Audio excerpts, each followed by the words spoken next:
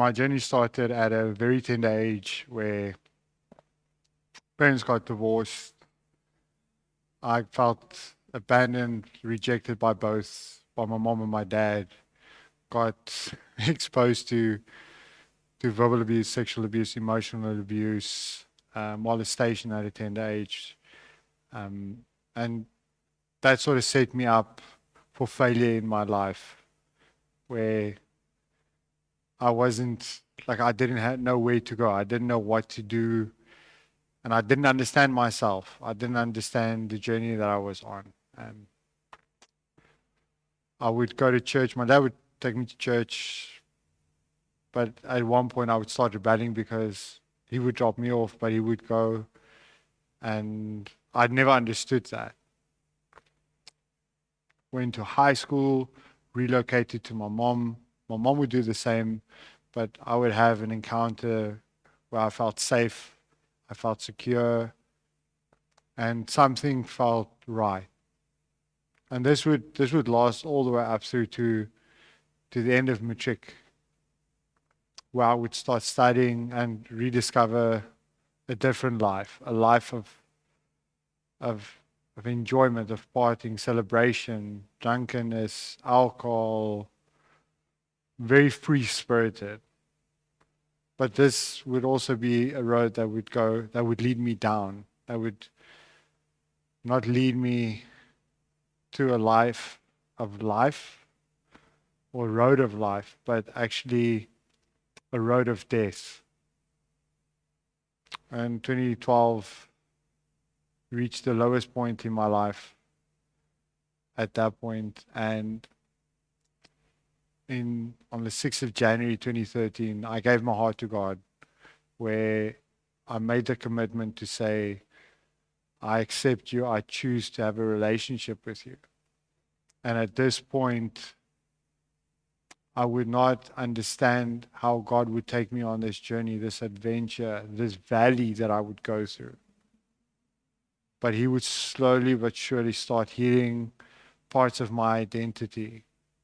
He would start reforming and reshaping who I was. 2015, He would take it a step further to say, I want to show you what a man is. I want you to become a man. I want to establish masculinity within you. I want to teach you. And from there, I would start asking questions, and I would start learning and applying those things. And in this would end up opening the door again for me to pursue a relationship with my father, which I never had. And for 6 years, I would pursue him. I would pursue a relationship. It's difficult over space because he would live in Gauteng, I would live in Cape Town. But I would try as much as possible from my side to build this relationship. And in 2021, unfortunately, he passed away. And I realized that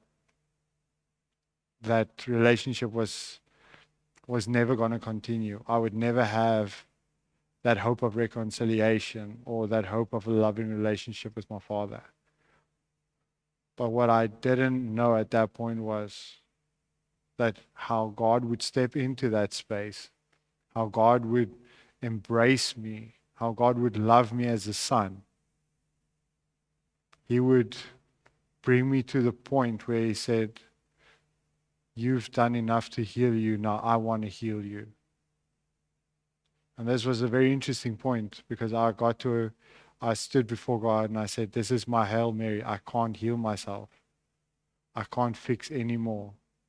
You need to give me what I need in healing or I'm checking out. And God would slowly but surely open every door that I would need to get the healing that I would need. And the beautiful thing is how God would take His time on this journey with me to bring me to the point where I am today. To come to the realization that I am becoming the man that my father always hoped I could be. Yet he never had the tools to do it himself. And to stand in the space where I have forgiveness towards my dad. I have released him. I've chosen to celebrate the life that I had with him. And that is my hope.